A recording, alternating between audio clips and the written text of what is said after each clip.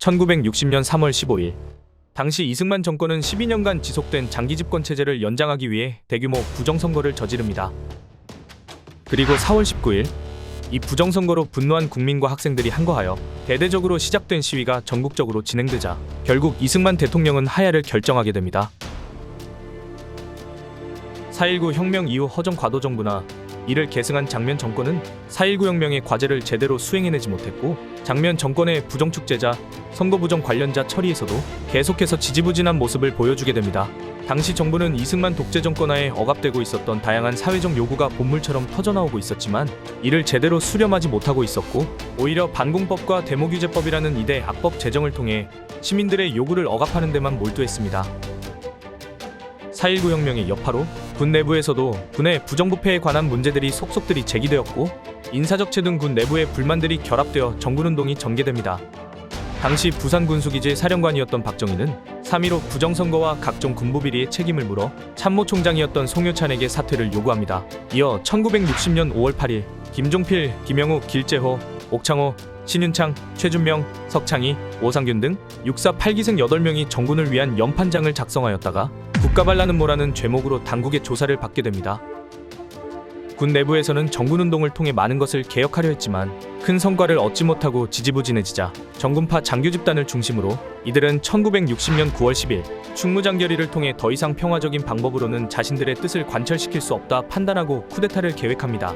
그들은 1961년 4월 19일에 4월 혁명 1주기 기념으로 대대적인 시위가 일어날 것이라고 예상하였고 당시 정부는 시민들의 시위 행동을 필시적으로 제지하고 억압하고 있었기에 정부에서 폭동 진압 명령이 내려지면 자연스럽게 서울 시내로 진입하여 쿠데타를 일으킬 계획을 세웠습니다.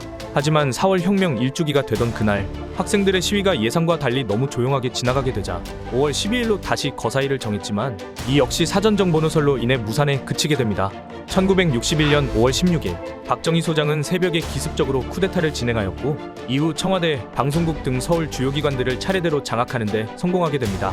이날 새벽 5시 육군본부와 중앙방송국을 점령한 쿠데타 세력들은 군사혁명을 알리는 방송을 진행하였고 이와 함께 시민들은 동요하지 말고 생업에 종사하라는 내용을 담은 삐라 10만 장을 서울 시내에 대대적으로 살포했습니다.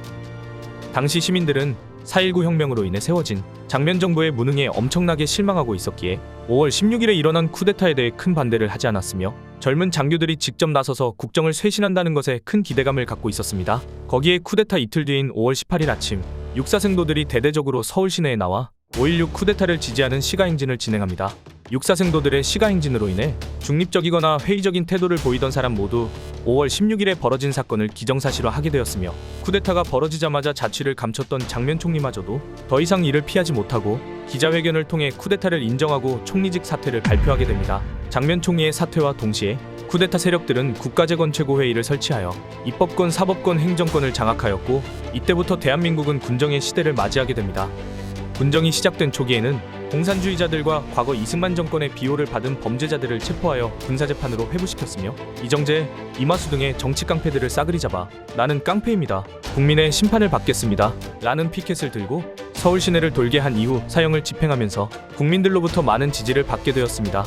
하지만 민정 이양을 진행하겠다는 약속은 지켜질 기미가 보이지 않았고 이 와중에 군정의 기간을 더 늘린다는 발표를 하자 전국적으로 군정 연장을 반대하는 시민들이 시위를 벌였습니다.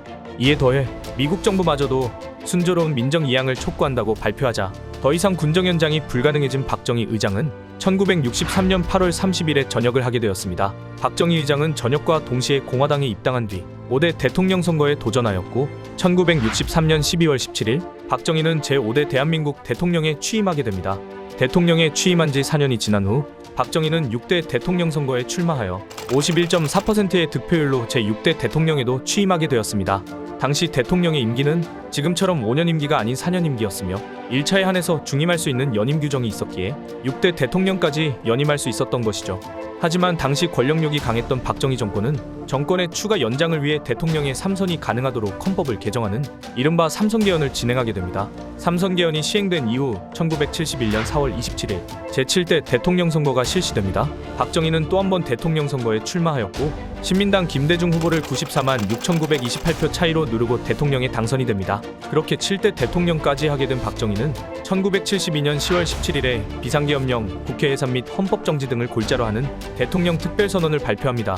그리고 비상계엄과 동시에 대통령 간접선거, 대통령직 연임 제한 삭제, 국회의원 3분의 1을 대통령이 직접 임명하는 내용으로 헌법을 개정하였고, 대통령에게 긴급조치권 및 국회 해산권을 부여하여 대통령의 영구집권과 초헌법적 권한을 보장하는 유신체제가 시작되게 됩니다. 이러한 유신체제를 통해 장기집권을 누리던 박정희는 1979년 10월 26일 서울 종로구에 있던 궁정동 중앙정보부 안가에서 당시 중앙정보부 부장 김재규가 쏜 총에 맞아 사망하고 맙니다. 이 사건으로 인해 18년간 유지되었던 박정희 정권은 막을 내리게 되었고, 유신체제 또한 몰락하게 되었습니다. 이로써 암흑천지의 겨울이 가고 이제 민주주의라는 봄날의 햇살이 온다는 일명 서울의 봄이 찾아왔지만, 이 서울의 봄은 7개월 채 가지 못하고 전두환을 중심으로 구성된 신군부에 의해 무참히 짓밟히고 맙니다. 실패하면 반역, 성공하면 혁명 아닙니까? 다음 영상에선 12.12 군사반란에 대한 이야기를 해보도록 하겠습니다.